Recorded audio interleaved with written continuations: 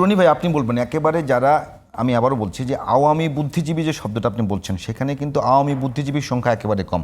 একটা নির্দিষ্ট কিছু দল থেকে, যাদের আসলে এখন জনভিত্তি এরকম নাই, তারাই কিন্তু এখন বুদ্ধিজীবীতে এসে বিভিন্ন জায়গাতে থেকে তারা এই যে আপনার ন্যারেটিভগুলো তৈরি করছে, এবং আওয়ামী লীগ আমলেও করেছে, এখনও করছে।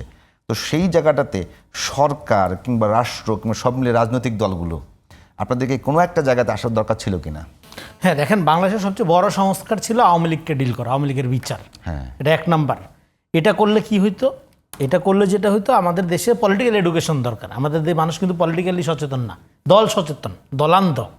রাজনীতি সচেতন হলে তো আওয়ামী লীগের জন্মই হয় না এই দেশে। রাজনীতি এবং আওয়ামী লীগ দুই জিনিস, এটা ছোটবেলার থেকে বলতেছি আমরা, এটা তো নতুন কোনো কথা না। ফলে আওয়ামী লীগকে যারা রাজনীতি মনে করে, সেটা কি? সেটা হলো এটা একটা কালচারাল ইস্টাবলিশমেন্টের কারণে এটা টিকে আছে এবং সবসময় প্রাসঙ্গিক ছিল। এবং সেই ইস্টাবলিশমেন্টটা শুধু দেশীয় শক্তির কারণে শক্তিশালী না, এটা অবশ্যই পার্শ্ববর্তী দেশের শক্তিতেই শক্তিশালী। ফলে এখন যারা সুশীল হিসাবে এবং কিছু কিছু থিঙ্ক ট্যাঙ্ক, এবং কিছু কিছু মিডিয়া যারা এই ধরনের লোকদেরকে আপনার পুনর্বাসিত করার চেষ্টা করছে, এটা শুরু হয়েছে কি? শুরু হয়েছে জাতীয় পার্টিকে দিয়া, শুরু হয়েছে একটা ধরনের নিরপরাধ আওয়ামী সেন্ট্রিক, আওয়ামী বিরোধী ছিল এক সময়, আওয়ামী লীগের সময়ে অল্প অল্প, কিন্তু আওয়ামী সেন্ট্রিক, হ্যাঁ, তাদেরকে আনার মধ্য দিয়ে সেটা এখন আস্তে আস্তে সে লজিক দিচ্ছে। এই জন্য আমাদের আসলে লজিকের বাইরে যেতে হবে, যুক্তি না। আমাদের আগে থাকতে হবে ন্যায় অন্যায় বোধ। যুক্তি পরে, আপনি যুক্তিবিদ, সেটা পরে শুনবো। আগে আপনি ন্যায় অন্যায় বোধ আছে কিনা আপনার। আপনি দেখেন, আরেকটা কথা বারবার বলা হয় রিফাইন আওয়ামী লীগ। এটা আমি বহুবার আলোচনা করছি। ভালো আওয়ামী লীগ বলে কিছু হয় না। এটা হান্না আরেকদের একটা বিখ্যাত লাইন আছে, হ্যাঁ, ইংরেজি না বলি, বাংলাটা হলো, এটা ভালো শয়তান খারাপ শয়তানের মধ্যে আপনি যদি একটা বাইসা নেন, আপনি শয়তানি বাইসা নিলেন। বলে ভালো আওয়ামী লীগ বলে পৃথিবীতে কিছু হয় না। তো ফলে আওয়ামী লীগের রিফাইনের কোনো সুযোগ নেই। এটা তো একটা ইডিওলজি, এটা চিন্তা। এই চিন্তাটা একটা ছেলে, ছাত্রলীগের একটা ছেলে একটা বাচ্চাকে চাপা দিয়ে কুপাচ্ছে নির্দয়ভাবে 2024 সালে। কিভাবে সম্ভব? এটা নিজের দেশের সাইকোপ্যাথ হয়ে যায় মানুষ আওয়ামী লীগ করলে। ও মনে করতেছে একটা রাজাকার মারতেছে 24 সালে। ফলে এইরকম একটা চিন্তাকে রাজনীতির নামে আপনি আবার পুনর্বাসিত করবেন, এই রক্তপাতের দায় কে নিবে? ফলে আওয়ামী লীগকে ডিল করলেই এখানে দুইটা জিনিস হইতো। একটা হলো যে অন্যায় এবং মানুষ যে বিপুলভাবে ক্ষতিগ্রস্ত, ট্রমাটিক, এটার থেকে একটা রিপেয়ারের সুযোগ হইতো। আর একটা পলিটিক্যাল এডুকেশন তৈরি হইতো। মানুষ বুঝতো যে আমরা আগামীতে কোন ধরনের রাজনীতি করব এবং কোন ধরনের রাজনীতি করব না। তার স্ট্যান্ডার্ড হইলো আওয়ামী লীগ। এবং আরেকটা জিনিস হলো, আপনি 5 তারিখের পরে কি রাজনীতি হবে? 100% বিরোধিতার কোনো রাজনীতি করার সুযোগ নেই।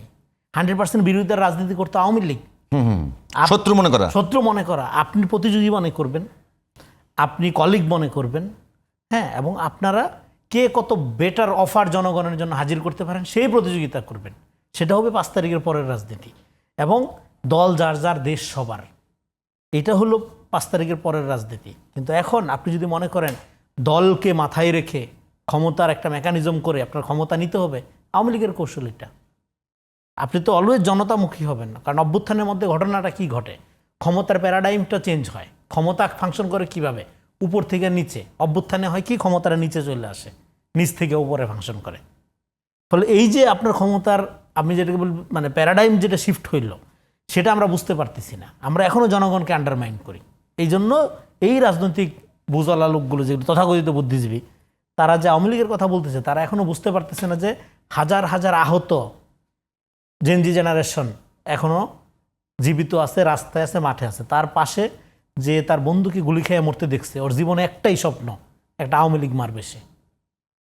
ফলে আপনি এরকম একটা অবস্থা, যেখানে বিচারটা জরুরিভাবে করা দরকার ছিল, সেখানে আপনি যখন আওয়ামী লীগকে কোনো না কোনোভাবে নর্মালাইজ করার চেষ্টা করেন, আপনি বেসিক্যালি গণতন্ত্রের নামে, মত প্রকাশ, বাকস্বাধীনতার নামে দেশকে গৃহযুদ্ধের আমন্ত্রণ জানাচ্ছেন, দেশকে গৃহযুদ্ধের দিকে ঠেলে দিচ্ছেন। এরা কোনোভাবেই বুদ্ধিজীবী না, এরা সন্ত্রাসী।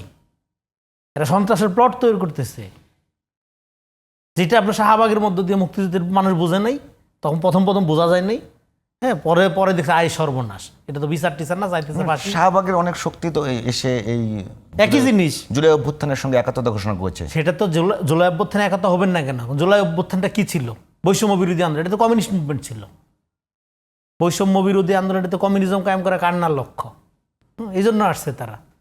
কিন্তু তার তো যে ইডিওলজি, এটা তো স্টেট বিরোধী। এই যে বললো না যে সিবিবির উদাহরণ দিল না তুষার, সিবিবি যে ওইখানে যে এটা করবে এটাই স্বাভাবিক, আমি একটু অবাক হইনি। কারণ ওর মাথার মধ্যে আছে কি রাষ্ট্র ভাঙিয়া ফেলবে, রাষ্ট্র একটা খারাপ জিনিস। এই জন্য তো এখানে যে জাতির প্রশ্নটা যে জরুরি, আমাদের যে জাতি রাষ্ট্র গঠন করতে হবে, এটা শত্রু বামপন্থীরা। বামরা যতক্ষণ পর্যন্ত এরকম একটা ট্রাইবাল পলিটিক্স করবে, ওরা সবসময় বিভক্তি করবে। আপনি বুর্জোয়া, আমি প্রলেতারিয়েত, আপনি প্রতিক্রিয়াশীল, আমি প্রগতিশীল, আপনি মৌলবাদী, হ্যাঁ আমি হলাম আপনার অসাম্প্রদায়িক, এইরকম সবসময় বাইনারি করবে, সমাজ বিভক্ত করে দেবে বামপন্থীরা, কখনো জাতি দাঁড়াইতে দেবে না। এই জন্য আমাদের একটা বাংলাদেশপন্থী মার্কসের রিডিং লাগবে। এই জন্য আমি বারবার বলতেছি রিডিং মার্কস দিন ঢাকা শুরু করতে হবে। আমাদের এখানে কলকাতাপন্থী হিন্দুত্ববাদী মার্কসিজমের যে চর্চা এখানে হয়েছে, এটা পুরো এটাতে যে যেন বলা হয় না বাম মানে ইসলাম বিদ্বেষী, ওইটা কই থেকে আসছে কথাটা? আমি বানাইছি কথা, সব প্রত্যেক মানুষ জানে, কিভাবে জানে? কারণ তারা যে মার্কসের তাফসির এখানে চালু করছে, এটা তো হিন্দুত্ববাদী তাফসির, কলকাতার তাফসির, বাংলাদেশপন্থী রিডিং তো হয় না এখানে। মার্কসের কথা সত্য। মার্কসের রিডিংটা নতুন করে শুরু করতে হবে, এটা আমাদের দায়িত্ব। এই জেনারেশনের ইন্টেলেকচুয়ালদের অন্যতম প্রধান দায়িত্ব হলো, হ্যাঁ থ্যাংক ইউ দেরিদা, যে মার্কসকে ডিকনস্ট্রাক্ট করা। কিন্তু তা না করতে পারলে আপনি এখানে এই বাম এই বুদ্ধিজীবিতার নামে আওয়ামী ট্রাইবাল পলিটিক্সটা ফেরত আনবে। কারণ তারা তো রাষ্ট্র চায় না, রাষ্ট্র ভাঙতে চায়। তার দরকার হইলো একটা ফ্যাসিস্ট শক্তি যেটা তাকে সাপোর্ট দিবে, তার কথা মতো চলবে, তাকে প্রাতিষ্ঠানিক শেল্টার দিবে। এই জন্য তার আওয়ামী লীগকে দরকার। এখন একটু ফলে এই জন্য সেও প্রো ইস্টাবলিশমেন্ট পার্টি, সে বিপ্লবের কথা বলে, পুঁজিতন্ত্রের বিরোধীর কথা বলে, কিন্তু একটা ফ্যাসিস্ট কাঠামো টিকায় রাখার জন্য সে মতামত বুদ্ধিজীবিতা উৎপাদন করে। এই জন্য আপনি যদি গণতান্ত্রিক বাংলাদেশ করতে চান, প্রথম কাজ হলো আমাদের গণতান্ত্রিক বুদ্ধিজীবিতা, গণতান্ত্রিক সংস্কৃতির বিকাশ ঘটাইতে হবে। এবং গণতান্ত্রিক সংস্কৃতির বিকাশের পূর্ব শর্ত হইল a country without Awami League, এই জায়গায় যাওয়া।